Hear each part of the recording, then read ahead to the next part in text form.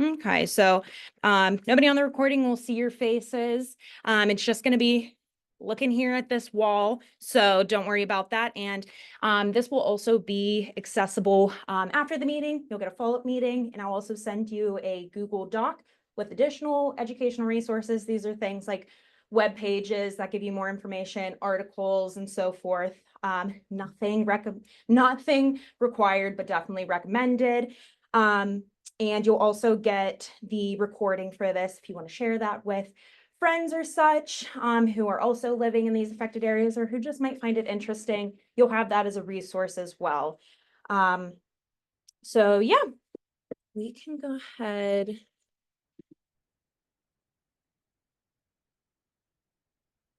Okay, I'm going to have. I would go do it, but I don't know what to do. I'm not sure either. Brendan. All right. Darkness is situated there. Yeah, unfortunately, we're gonna have to just turn the lights out because there's no other way for us to see the screen. So if anybody has to leave at any point, please let us know. We'll turn the lights on for you. I know not everybody has, a lot of open time. So if you need to leave early for any reason, just please don't hesitate.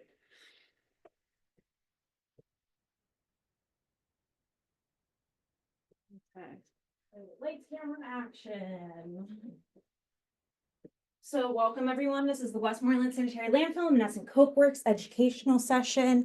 Thank you so much for being here. Now, who the heck are we? We are Protect PT.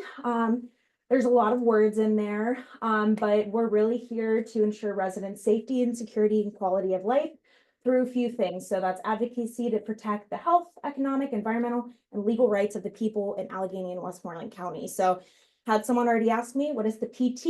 It's Penn Trafford, but we're not just Penn Trafford specific. It's just where it started. That's where our executive director is from.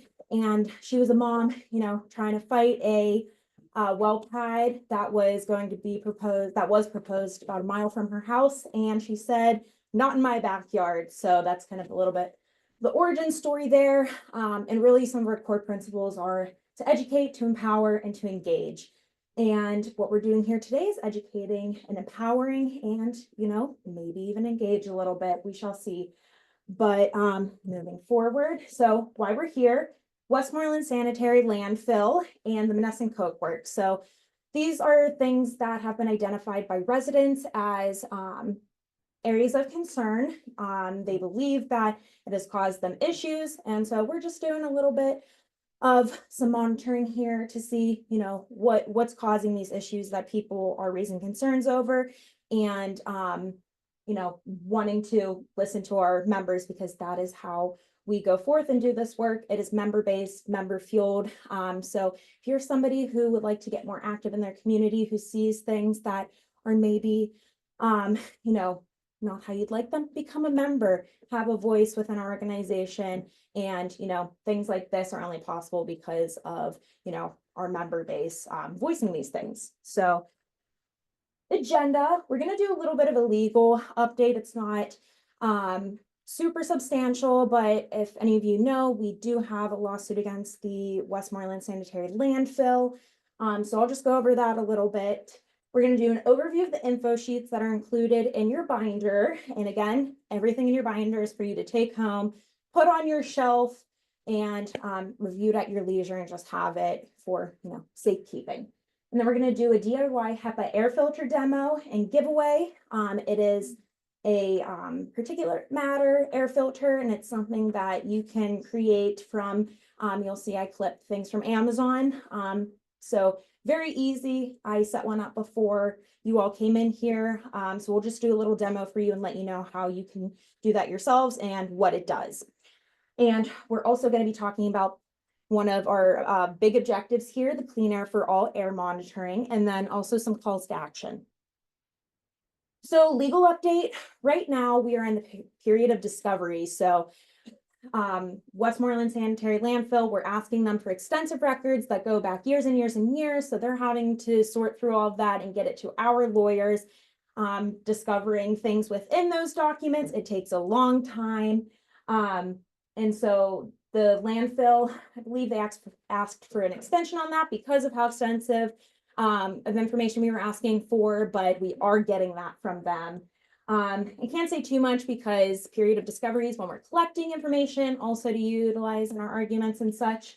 But just know it is moving. The wheels of justice, as we say, are turning ever so slowly, but hopefully we get somewhere. And what that lawsuit is for is against this leachate evaporator. Does anyone know about this leachate evaporator? So if you don't, it is a leachate. And if you don't know what leachate is, we will also get into that, but it's pretty much garbage juice.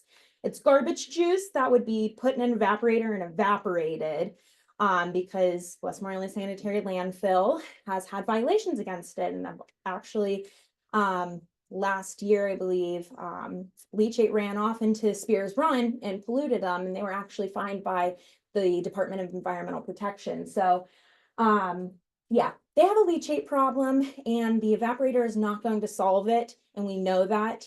And so even though we're fighting this leachate evaporator, that's not where our fight stops because, you know, we want the polluting of these communities to also stop. So we're going to hop in, and this might seem a little out of order, but we're covering two things here. So the Menneson Coke Works, which is, you know, right out the front door. You probably saw it on your way in. How could you miss it? But coke is a fuel that's used in steel and iron making processes, and it's created by heating coal in the absence of air. All of this is on your information sheet. I'm not going to go into too much detail, but it's the first step in that coal process. So they get this raw material, they bake it really, really hot for a while, and then you have usable, workable material, but it also comes with some caveats. Leachate, as I kind of informally said, is garbage juice. So it's made when rainwater moves through landfills and it acts as like a filter. And so it's catching all the things within that landfill. And so there's things like heavy metals and other toxins. Also, studies have shown holds a great concentration of PFAS, so those forever chemicals. If a landfill accepts solid oil and gas waste, which the Westmoreland Sanitary Landfill does, it may even pick up radioactive material. And we'll go over why that is in a little bit. So HRG overview.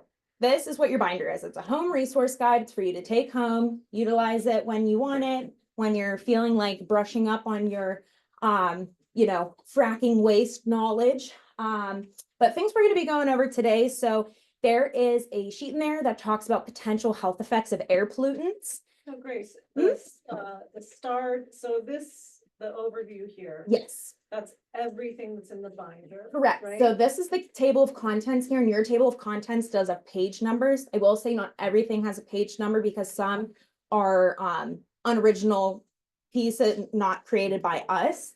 But there are some other pages in there that should help you guide to the section that you're looking for. And then, yeah, the stars are going to be things that we're going over. And since one of our main objectives is the Clean Air for All study, hitting on some things that are relevant to air pollution and clean air.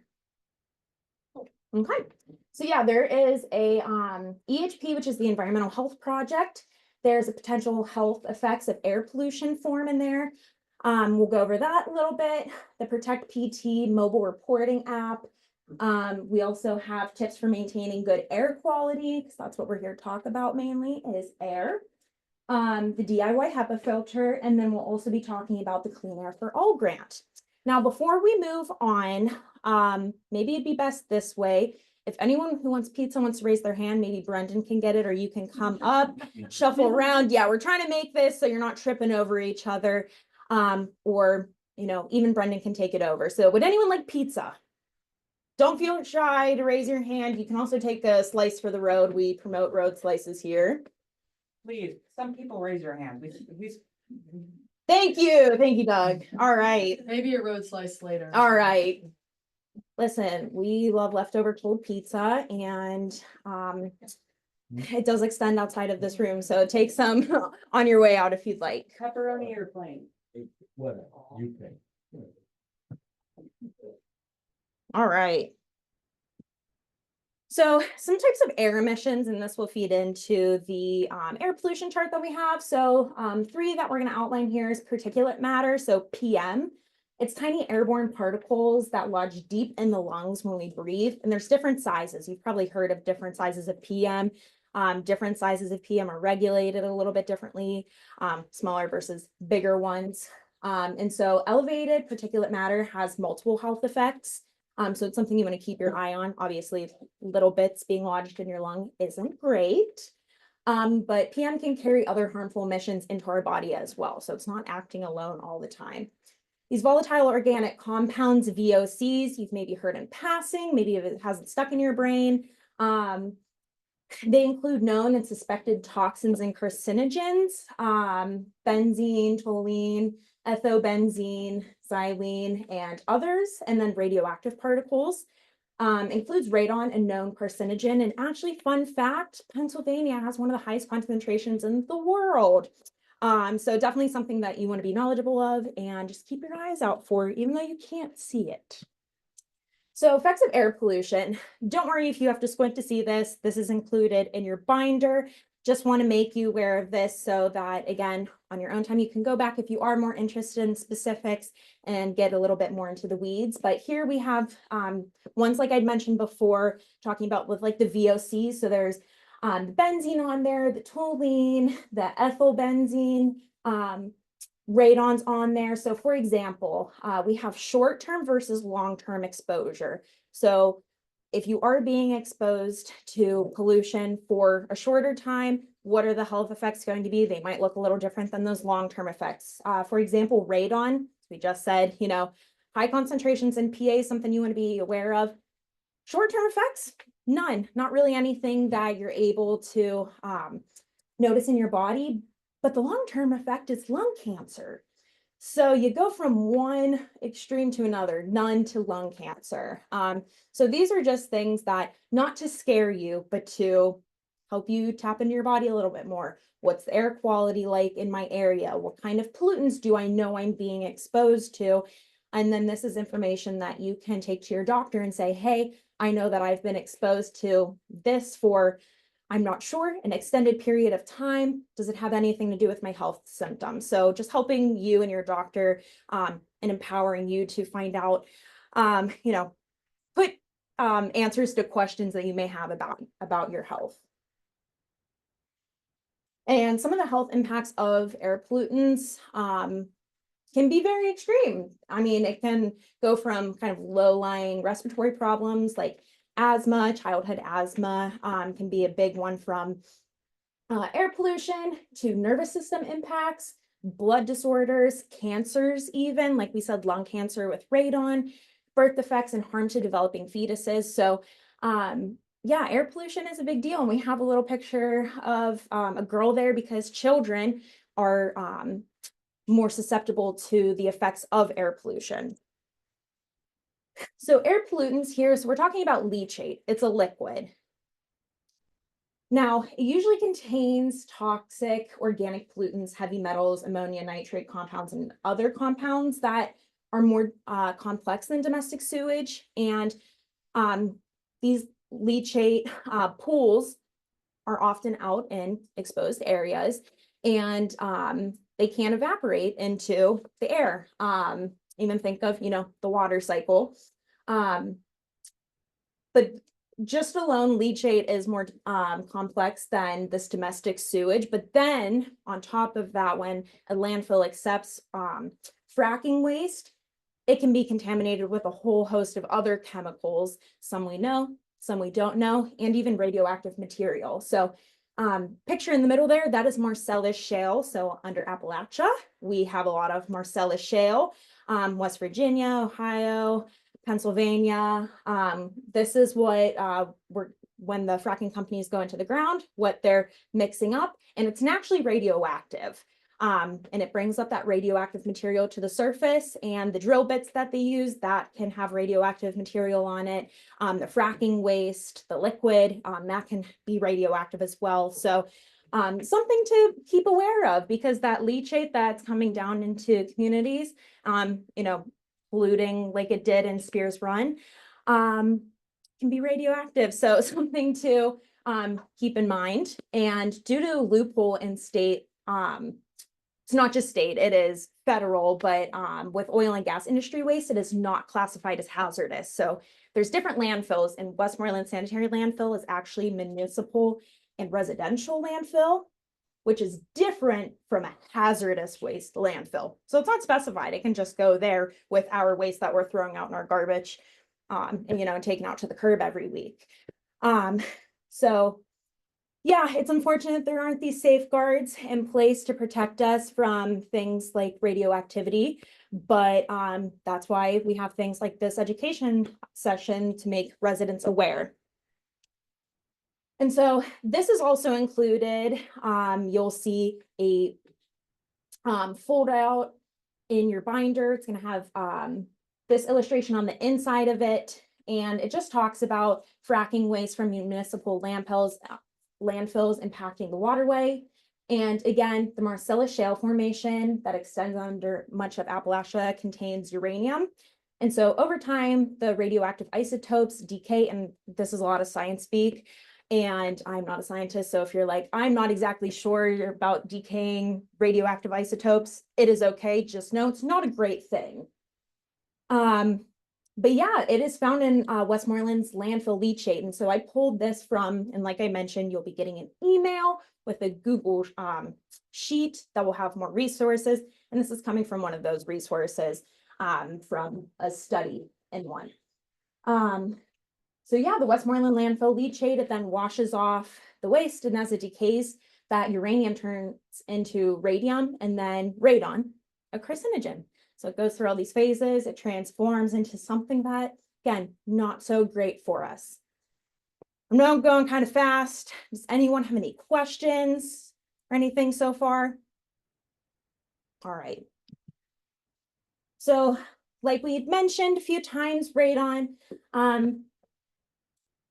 we are a hot spot. It's a good thing for Pennsylvanians to know. I didn't know about radon, what it did, the high concentration of it until I got into this job. So just understanding what's around you, again, helping you to inform yourself of maybe things going on in your body is super helpful, and can also help you to safeguard your health and take precautions to protect against it.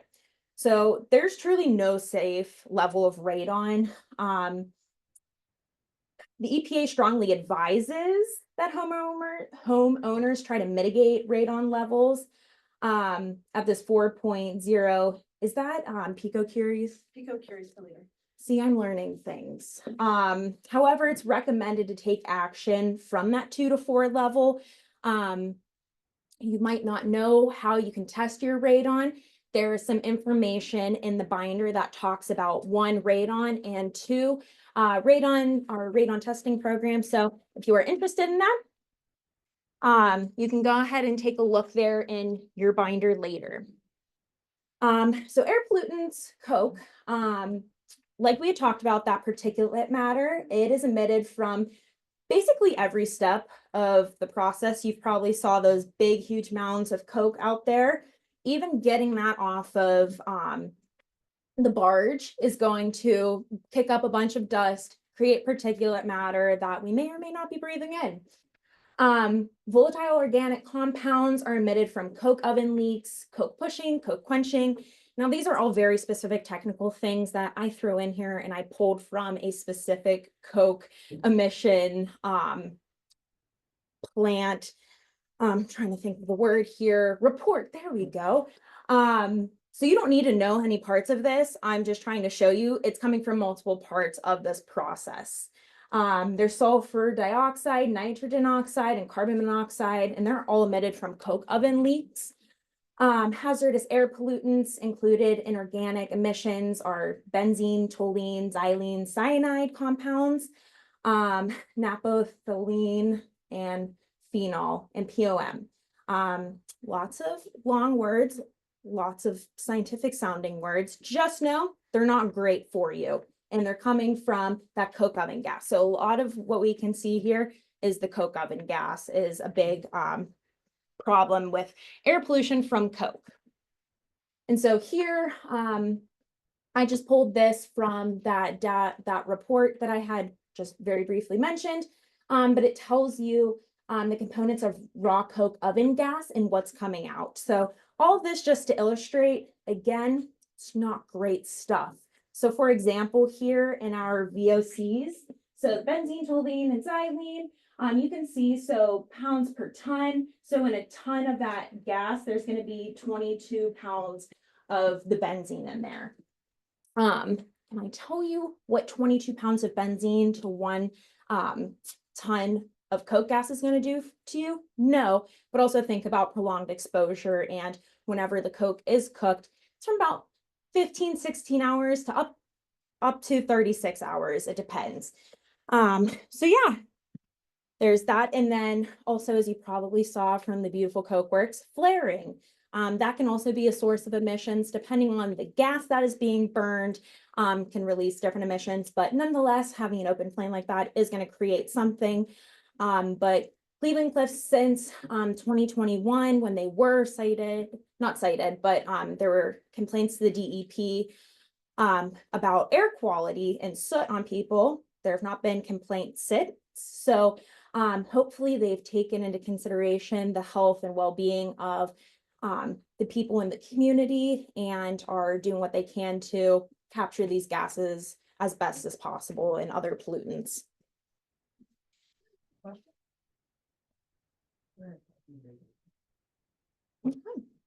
Yeah, I do. I have a Mhm. question. Well, why aren't they monitoring it? So they have their own internal air monitors. It's on a permit by permit basis. I believe whether or not they could do independent monitoring. What we're doing, and I'll let Yvonne get into this more, is that independent monitoring to basically ensure that the air is clean. So, it's good to not just rely on, a company and industry telling you like, oh, what we're doing is good. It's good to have watchdogs and third parties also come in and do monitoring as well. Not saying that, they're fixing their numbers, what they're releasing to the public, to the government is all fabricated. Not saying that at all. It's also, depending on where the monitor is set up, it might receive different information than their monitors or a monitor placed, 3 streets away. So the DEP told me that the monitors up in Charleroi, and everybody knows the wind blows downriver. Mhm. Why is that? I asked the DEP guy and he told me that it's decided in Harrisburg. Do you know any of that, Yvonne? I'm not familiar with their, like, the specifics of the air monitoring network that they have. I mean, all I know, I can tell you, and we'll talk about this more when we talk about our project. Like, we know that there's gaps, right? We I there's know that at gaps my in house all all the this time. I information, understand. Yeah. So, right, but in terms of them actually monitoring stuff, we know there's huge gaps, which is why we're gonna be doing this project. And we'll talk about it a little bit more later, because, right, just the spatial distribution of all of their stuff, it's not located in a way to really illustrate for people what's going on in the places that they live. Right, that clearly, right, because what you're seeing from some of the monitors doesn't mesh with what you're observing, it sounds like. They have no monitors Yeah. downriver. Yeah. Yeah, well, that's something that maybe, they should fix, right? If they hear from enough Well, I've people, maybe complained they'll. to the pull it out. DEP more than once, and they just tell me that that dog doesn't hunt. Yeah. Is there a DEP agent over there that makes regular visits? We don't even really have the budget to do regular visits a lot of the time. That's. Yeah, but they should. I mean, I think these are all things that you guys can advocate for, right? Like, I'm not familiar with like what their plan is. I know what our plan is. But I can't tell you much about what the DEP is doing or what they will commit to because, that's up to the DEP. But yeah, clearly they haven't been doing enough to really tell people with confidence, like what's happening in the community they're living. So. Yeah, and it's also probably those monitors, it's more about like regulation, like at the source, like the Yeah, coke work, and they're they're- not, yeah, I mean, obviously you want these places that are in your community to be good neighbors, but also they're worried about keeping their emissions at regulation at the source. And so if they're doing that, it's probably like, all right, all's good. Well, and there's issues with like how often they're supposed to report. I know that I've run across things where I was like, oh, you're only supposed to assess this once a year, right? Like I know that that's an issue with like compressor stations, that compress gas and send them down the pipelines. We know that they have multiple events throughout the year where they're like venting things or doing cleaning, periods during which they release, emissions. However, they're only required to do an annual test, right? So there's a lot of issues with the kind of monitoring that different infrastructure is obligated to do. There definitely is. Wasn't there an email sent out that you could actually put in a monitor at your house as long as you have Wi-Fi and outdoor plug? We're gonna talk about all that later, because we are not, you guys, we're just a community organization. We can't control what the DEP does, right? But we can tell you how we're gonna try to help you move things in a better way. And that is something we are doing here. Yeah. We're doing. But yeah, we'll talk about that more later. I wanna let, I'll be talking about that later after Grace finishes discussing stuff. Yeah, so like we're talking about, your air where you're at is going to be different than say right at the coke works. So how can you check your air quality? Because that's what we're talking about. And has everyone heard of good air days, bad air days? Yeah, I mean, we live in, the southwestern region of Pennsylvania. I think we're all familiar with good and bad days. But so I did this last night. I dropped a pin right in Menneson, and this was about 7:20 last night. And as you can see right there, this little guy says 31. And if you look over here, and I have a more clear depiction, and you also have information in your binders about it, but a good air quality day is going to be an index of 0 to 50. So that 31 falls right within there. So you had a good air quality day last night. Although I will say that the monitors that they use to assess that, like I said, they're kind of spaced out. So usually what I suggest to people is if you're checking this, like if you're checking the Air Now map, that gives you an idea of like the regional air quality, right? It's probably not going to be, it might not be really accurate for where you live because of how spaced out they are. So it's kind of like, it's a general sort of yardstick of our conditions favorable of there being bad air quality or good air quality today, right? So if you see areas like, if you see that AQI score, the 31 that Grace was referring to, that's the AQI score. If you see that kind of dipping, that might mean that like conditions are increasing air pollution. So, and you might notice how things here track along with the AQI score, and that might help you figure out a little bit of what's going on, because we can't always smell or see air pollution, right? So I would just, I suggest that as a tool. I don't suggest that as the absolute truth, right? Because our local experiences, are on a finer scale, right? Yeah, So, so but that is a good tool that you can use.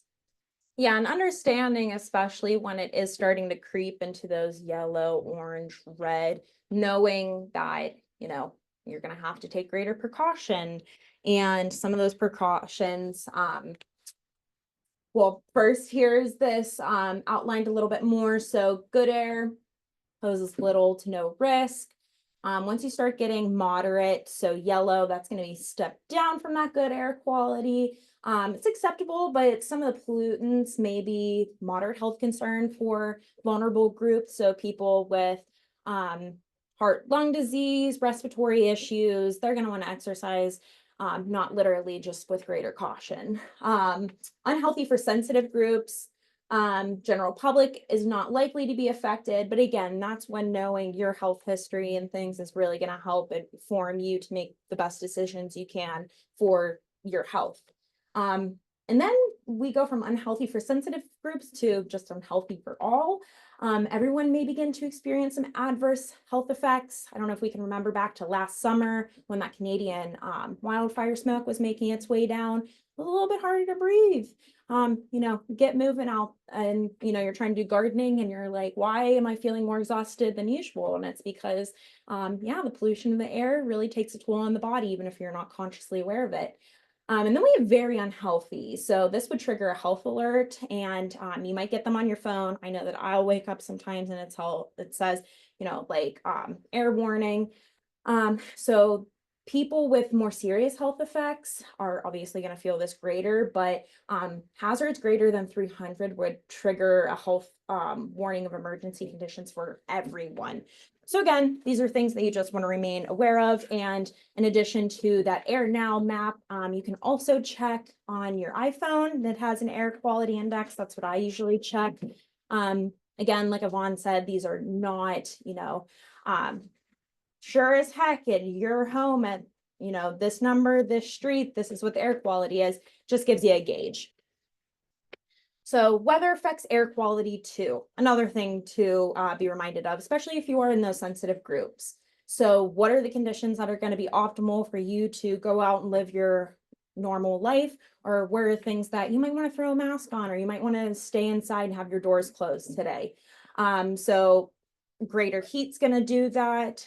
Cool days, a little bit of rain, that's going to be best satisfactory levels for anyone, even those sensitive groups. And so tips for maintaining good air quality, because obviously we cannot control the weather, we cannot control the air quality index, but there are things we can do to, bolster our air quality. So on good air days, feel free to open up all your windows, utilize fans for air circulation, but on those bad air days, avoid that. You're gonna want to keep any doors, windows closed.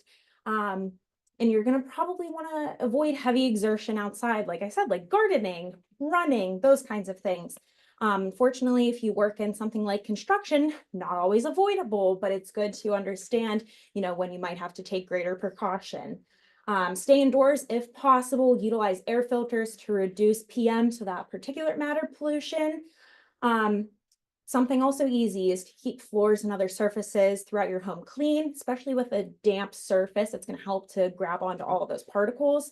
Avoid artificial fragrances, even if it's in a cleaner, especially in a candle when those things burn. Not good for you to be breathing in.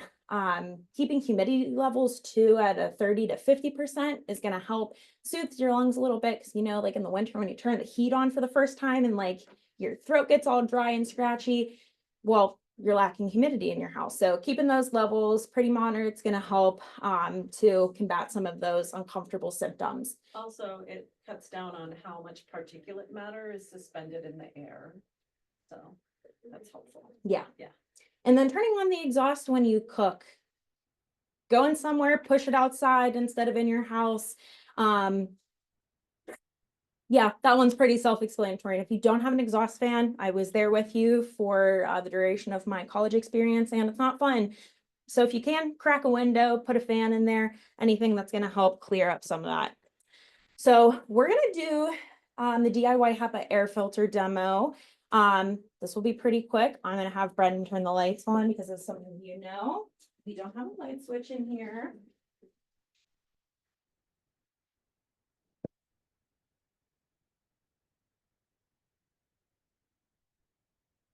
We have about 20 minutes. Okay. I want to give you a time check because I Thank want to you. make sure we have time to talk about the CAFA. This is going to take, and this is how easy this is. It's going to take me about 30 seconds, probably a little bit more with tape.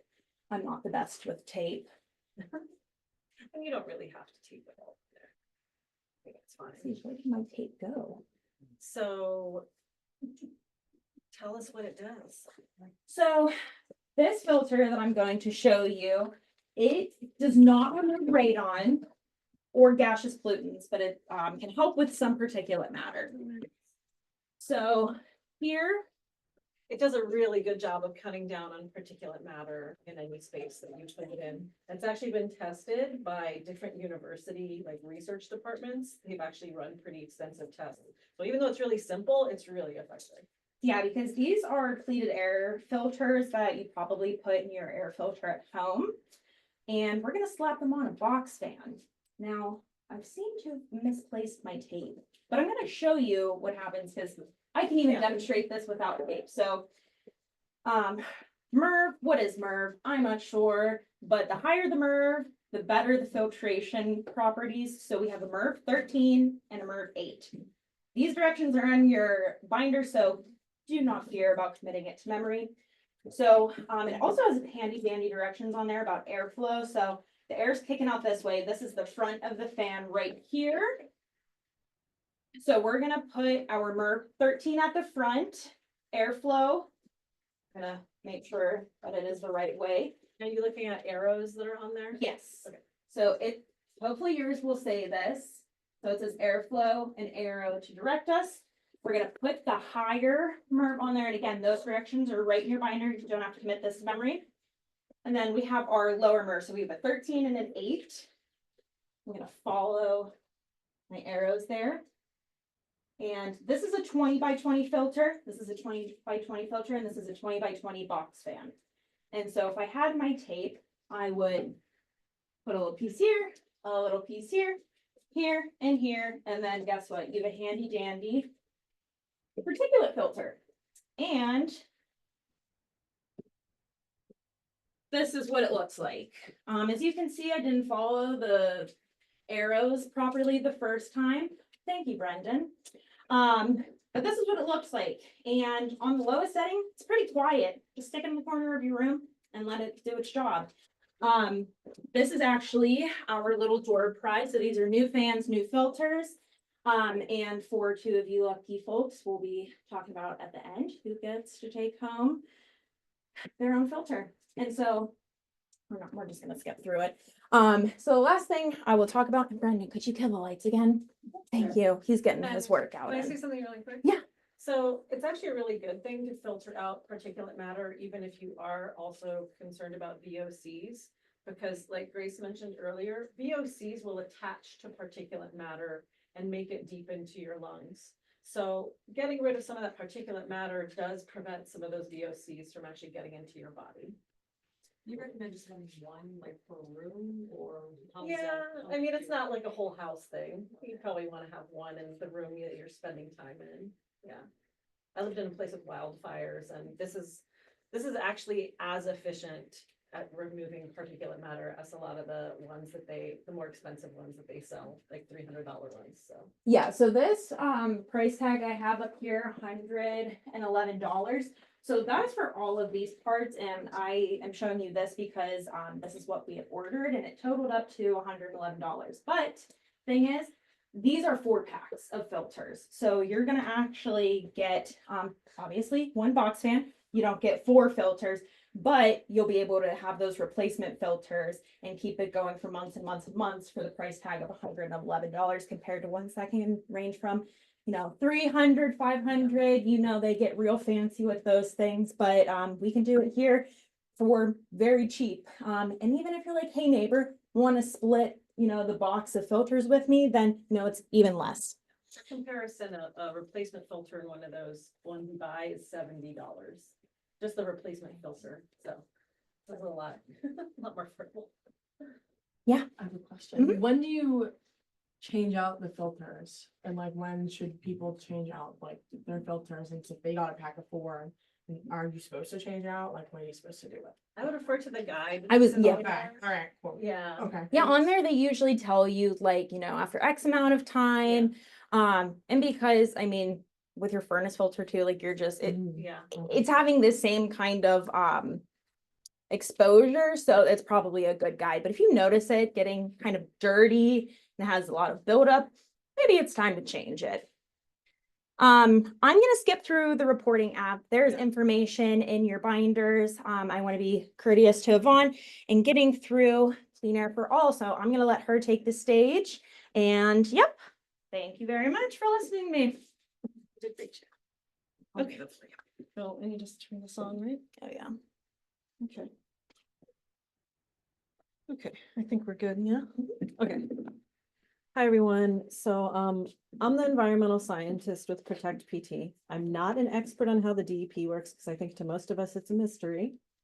But I can tell you what we're going to be doing in this area as a response to the concerns that we have heard from people over the years.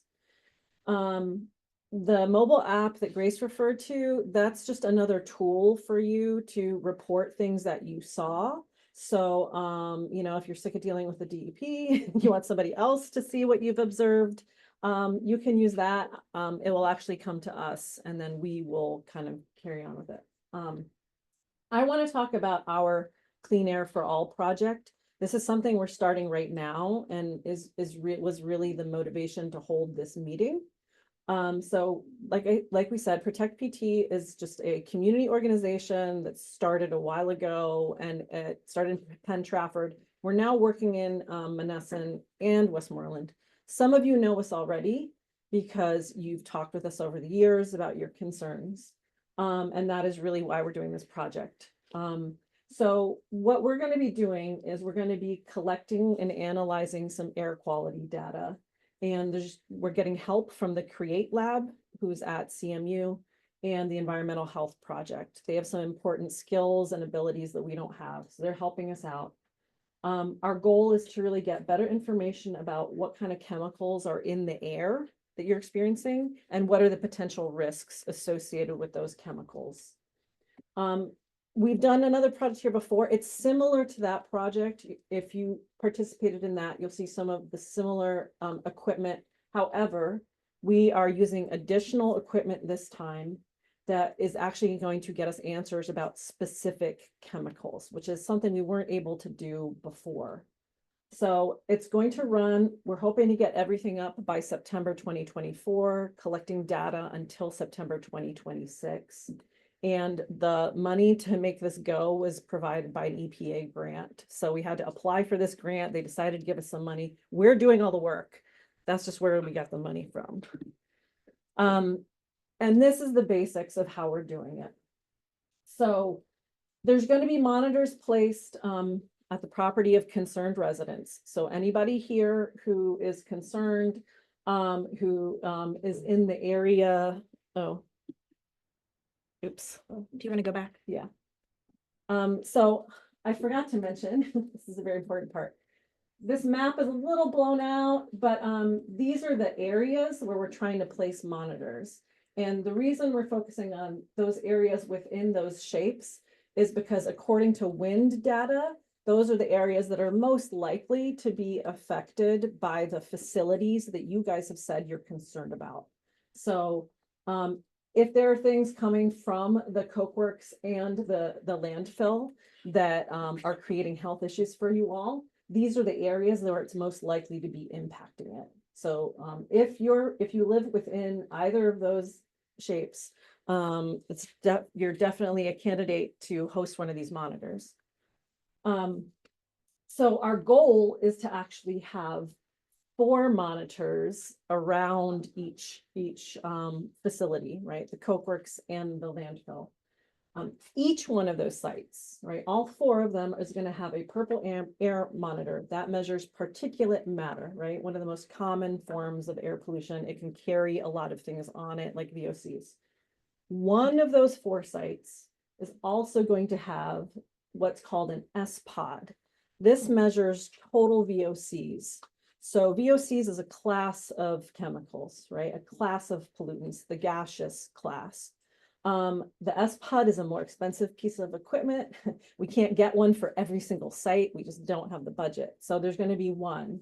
And, you know, we will kind of try to pick which one we think will get us the best results in terms of really being able to pick things up. We're going to be setting those up after a while. These S-pods, which are the ones on the very bottom, the one on the tripod, that equipment has the ability to connect to the equipment you see in the middle, those kind of silver spheres. Those are called SUMA canisters. So we're going to connect those SUMA canisters to the S-pod after we collect some initial data.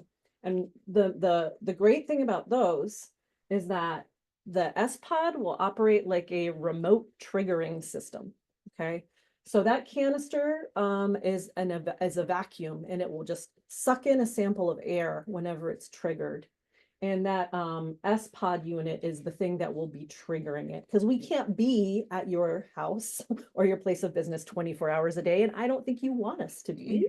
So So that is the magic of the S pod. And we will take those soma canister samples and we will send them to a lab. And that lab is going to run a test called a TO15 analysis. That TO15 analysis can actually break down and tell us what chemicals are in the air, which is something we were not able to do before with the equipment that we had. So that's the basics of what we're going to be doing. Like I said, we're going to be leaving this equipment up for 24 months. And this is a little bit more about the TO15 analysis. This is the list, part of the list of the things that it is able to detect. It tests for 82 specific VOCs, right? There's literally hundreds and hundreds of VOCs out there, but this tests for 82 that, you know, we determined were the ones that were most concerning. It does include VOCs that are often found in coke oven and landfill emissions. So if those are impacting you, you know, it will be able to pick those up. It is very accurate and it's an EPA approved method, which is kind of important for getting people's attention when you're trying to say like, hey, look at our results, you know, they're worth paying attention to. So, and if you look at this list, there's benzene listed on it, right? We talked about that as being one of the VOCs that's pretty common from coke oven emissions. And yeah, if you saw the whole list, you'd see some of the same things Grace mentioned on those pollutants list she shared with you are things that are tested by the TO15 analysis. Okay. This is the next one, right? I didn't skip one. Here, let's. I didn't skip one, did I? Yeah, there we go. So we're going to be collecting this data, right? What happens with it? So what we're going to share and deliver with folks in the community and folks who participate, we're going to have quarterly reports on what we've collected. And those reports are essentially going to tell us what is in the air, how do the different locations compare to each other, and are there health concerns associated with any of the chemicals we found? And we're going to have annual meetings with folks to here in the community to discuss what we found and to check in with folks, see what questions people have, you know, how things are going. And then we'll have a final report that summarizes the air quality over the 2-year period, right? Because I said we're going to be collecting data for about 2 years. And that's helpful because, well, we can see if there's any noticeable patterns, right? Things might change depending on temperature or time of day or month or season. So it's helpful for understanding that better, right? Because I imagine it's important for you all to know, like during winter, you know, or during summer, what is the air quality generally like, and what do I have to pay attention to? We're also going to be supporting, you know, we're here because we want to support community members who want to advocate for improved air quality. So, you know, the most powerful advocates are you all. We are here to give you tools and information to support that. So that is our real goal. The pictures that I showed here, the top one is from a former study we did here on particulate matter. And I think that one is, yeah, that shows how levels change during time of day at 4 different locations. So, and then the bottom one is actually a wind chart. It kind of shows you what direction the most intense pollution comes from. So those are the kinds of analyses that we're hoping to use on the data that we're planning to use. And then if folks want to participate in this, if you're within that area and you do have concerns, this is what you can expect from hosting a monitor. We're going to have them out there for 22 to 24 months. And you can see the pictures of them, right? Like the top one is the purple air. It just goes on a little shepherd's hook in your yard. It doesn't take up a whole lot of space, but it will stay there for 22 to 24 months. And then the S pod, right? It's not going to be at every location. That's that tripod. It stands about this tall. So about as tall as me. And so, right, takes up a few square feet in a yard. And they need to stay in one place. They will be plugging into an outdoor outlet, and that outlet needs to stay on at all times. They can't lose power. That ruins the data. But it only really uses the power of like one LED light bulb. It's a very low demand on power. And then also they need to connect to a Wi-Fi network. That's how they send the data. And you know, we have used similar things at other places. It does not interfere with any regular Wi-Fi use. It uses a very small amount of your Wi-Fi. And it's also secure. Other people can't connect to that monitor, right? Even though we connected that monitor to your Wi-Fi, people cannot connect to that monitor. And also, you know, Protect PT staff will be coming to your property occasionally, right? We're gonna come to set things up. It'll either be me or my assistant Fabi, who I know Jean has met. And maybe one other, I think we might need like another intern to help us just to keep track of everything. So it'll be one of us who's working with Protect PT installing the monitors and then periodically visiting to do maintenance, right? Some of them will require less maintenance than others. Hopefully the purple airs will just have to come maybe every 3 months. The S-Pod is a little bit more higher maintenance, right? Because we need to keep swapping out those canisters. So that'll be more like once a month.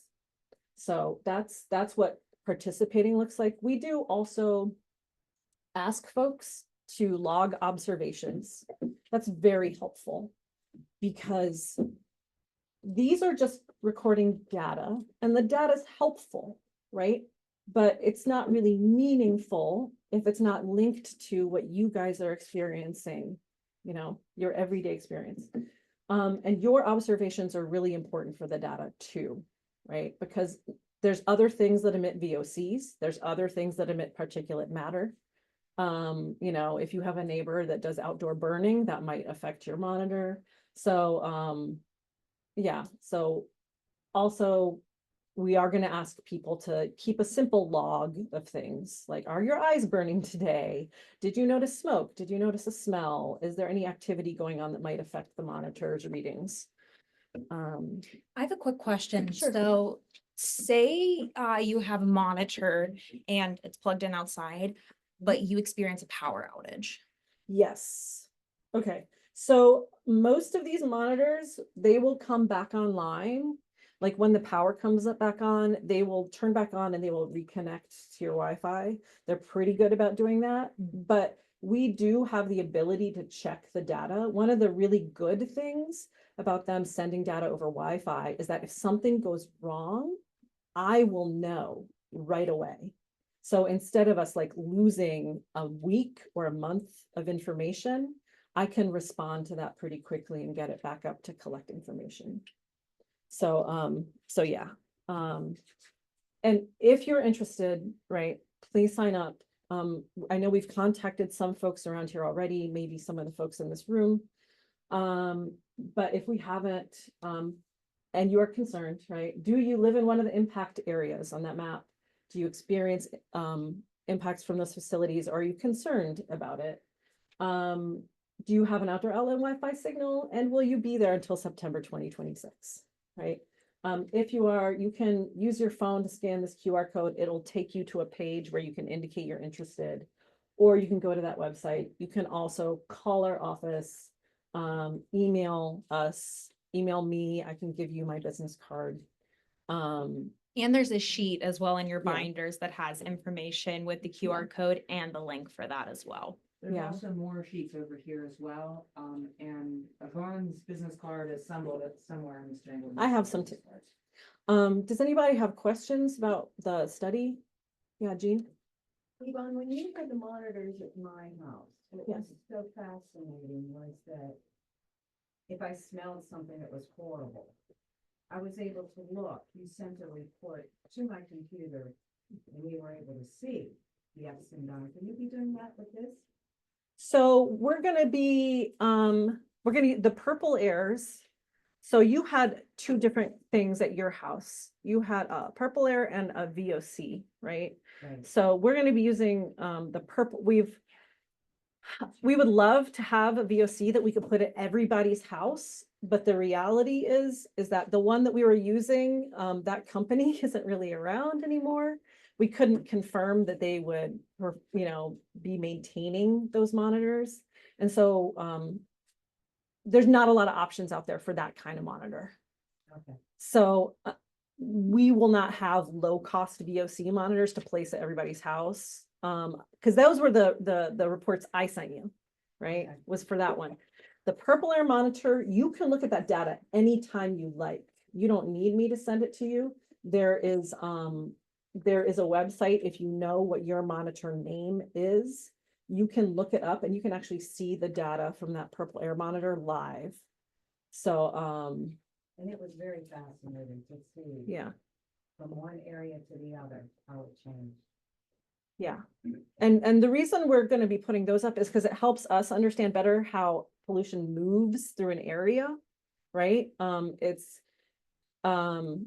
We know that a lot of the concerns that folks might have are with VOCs, but having a network of those particulate air monitors, because the DEP network and the EPA network of air monitors is too sparse, that us having those purple air monitors helps us understand better, like how the air movement is moving through this area, and helps us talk more to people about, like, you know, when stuff is high at this one VOC monitor we have, you may be also being affected by that, or it's unlikely that you're being affected by that. So And that's why we have the monitors up for so long, to kind of account for like variations. yeah, we want to see variation throughout the year.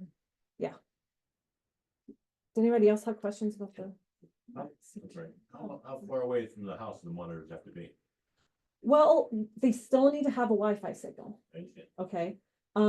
Beyond that, they don't need too much space away from the house. They just need to be somewhere where there's good airflow. So, you know, within a few feet of the house, and not in a very sheltered area. They can be exposed to the weather. That's fine. They're fine being exposed to the weather. So. And you said you would install them, so would you kind of scout the area? Yep. Figure out what the Yeah, best we have a whole like screening kind of process where we like call you and ask you questions. And then when I come to visit, I would get a good idea of where we could put it. Yeah. Did you have a question? I just wanted to tell you about an experience that I had. About 2 years ago, I was involved with the Breathe Project and the Environmental Integrity Project. And we did an air monitoring project around the Clairton Coke Works, testing for benzene. I was a volunteer who every 2 weeks went and serviced the monitors that we had in about 7 different places at people's homes. And like you mentioned, the main monitor is in Charleroi, it isn't near you. The one in Clairton's in Liberty Borough, which is far away. Yeah. So we were trying to test benzene in the general area of the Clairton Works at people's homes. The project had some very positive results. It was presented to the EPA, and the EPA had changed their rules on benzene. So my advice to you is, if you want to see positive changes, you have to have data, and you have to have data to show the environmental DEP and the EPA that it is bad where you live. So I would suggest that if you can do this, be involved in this project to get this good data.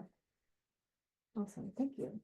Yeah, I know the people in Clairton deal with a lot, and that It is they were being very let down by the DEP Yes. and the EPA, and yes, like, this really led to some positive changes because the DEP was changing their rules at the time on coke production facilities. So it may lead to fence line monitoring around the facilities where they have to put them right at the edge of the facility and make that data known. And like you said, once a year is not enough. yeah. And it's ridiculous. They do that around the fracking wells once a year, really? Yeah. 'Cause- So having this continuous data throughout the year when there's events, and you can look back, what happened that day? What was the air quality that day? It really makes a difference. Yeah, because one of our concerns, and this is something we've heard from people, is, you know, if you take a few really intense events, but you average them out over the year, it doesn't look like much, but it definitely feels like a lot to the people who are living in it, right? So these monitors, because they're continuous, they're taking readings like every 30 seconds. They're going to capture those shorter events And that's one of the things that's also very helpful is it's not just like a huge average that gets rid of like what you all have seen, you know? Right, it can really lead to some positive changes. Yeah. And I can say having those monitors is a no-brainer. You don't even know they're there, you don't. But, to see the results, and you know, it's a Saturday night, and it's why does it stink? And then you look at some, and there you go, there's the spike in it. So, and they put them up, I didn't know what I was getting into. But it was fine, we left them up, I think 6 months or so. Yeah, It was yeah. terrific. I think we had like 4 months. And before I let Grace kind of close this out, anybody else in the room, please, like any questions right now? Okay. And also my business card, Yvonne's business cards, they're up there. Please feel free to take them, contact us. We are responsive with our emails, so you will get a response from us. You're not just sending a message off into the ether. Yeah, we definitely want to hear from you. Yeah, and if you have more questions about things we talked about specifically at the beginning, right? Like I know some of you, because I recognize your faces, might have questions about the lawsuit. And Jim Cirlano, who's our legal advocate, like he knows more about it. He knows what we can say about it and what we can't. So like we can put you in touch with him if you have questions about that, etc. So please, like we're here to support you and answer your questions the best we can. That's our whole purpose. So I'll let Grace Close this out, and if you want my business card, just raise your hand, I'll bring it.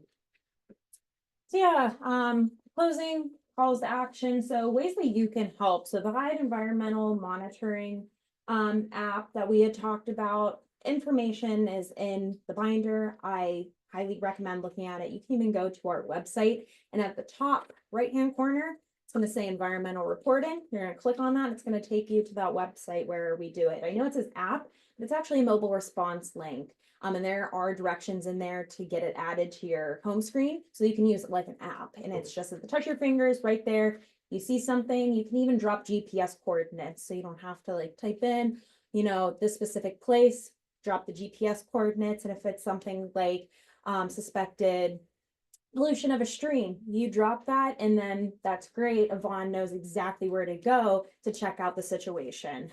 So this is our internal reporting. It's going to Yvonne on the back end to our environmental science team, and they're the ones who's checking it out. And there are avenues that can help you to, you know, direct you to the DEP or EPA, but yeah, this is us kind of doing that work to figure out what's going on, because for one reason or another, yeah, sometimes these agencies aren't able to or aren't willing to check out things that, you know, you're concerned about.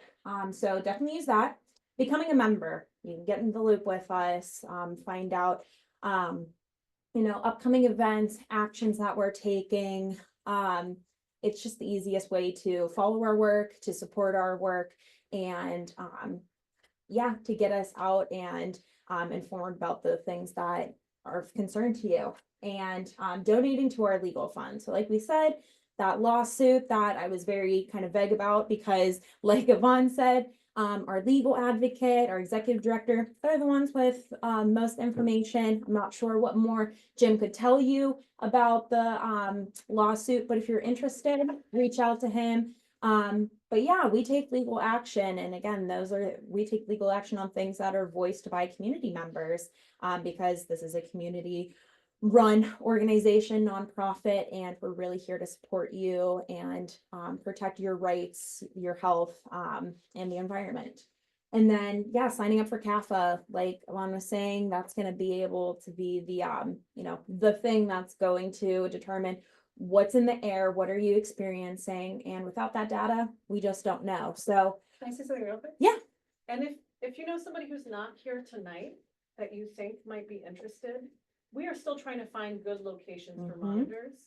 And having a good location to place those will be really important for us getting good data on what's in the air. So please, if you know somebody that's in an area that might get a really good sample, like, you know, reach out to them, share our info. Especially if they're in Manila, there's we're looking for people, especially with the lot of the code works. Yeah, north of, north of the river, on the other side of the river from the Coke Works, we're really sparse in terms of having people there. You know, it'd be helpful to have folks that are at least one location north of the river. So I live in Carroll Township, just across the river, like that giant water tower, if you're familiar, like right around that area, if you just look across, you'll see it. Is that the same township the hospital's in? Well, that's technically, I'm in like Carroll Township, but it's still Monongahela address, so it's all. Okay, so it's Montana address. Yeah, so is that area, I mean, we see a lot, I can see the smoke, I see the flames, I see everything. So, but is that, I guess, depending on how the wind is blowing, you know, it Yeah. can impact my area as well. So is it kind of, because the river bends, is it like north of the river or? It's just like literally. West of the It's river. north. It's north of the North. river, okay, yeah, that would actually be really helpful, because we've heard from folks that the wind blows in that direction. Like, we know some people who live right on the hill above the Coke Works, and they're like, yeah, the wind actually blows in that direction most of the time, I get coke dust in my pool. really, Right across the street. right across from the Coke Works. No, we're across the street from her water tower. Okay, Gotcha. Are you by the old one? Yeah. Oh, but yeah, folks, please reach out to us if you have concerns and you wanna participate. Because, you know, we wanna find out what's in the air. Yes. Me too. Hopefully together we will figure this out. But that is it. We have links for membership and for legal. We also have some brochures up there about membership and such. If you are interested, you can also visit us at protectpt.org. And other than that, Brendan, would you grab the lights for us? Thank you. Thank you so much, everyone, for coming out again. You make it all possible for us to be here and to do these things, and we are appreciative of you coming to this session, hearing us out, and hopefully this got your interest peaked in air monitoring now, and some of you will be calling up Yvonne. What time does the library close? Good question. 7. Seven. Okay. I just wanna, yeah, Says on the door. hey, we're like welcome to like hang out and talk. I know that last time we had the event here, they were like, you guys are still here. So.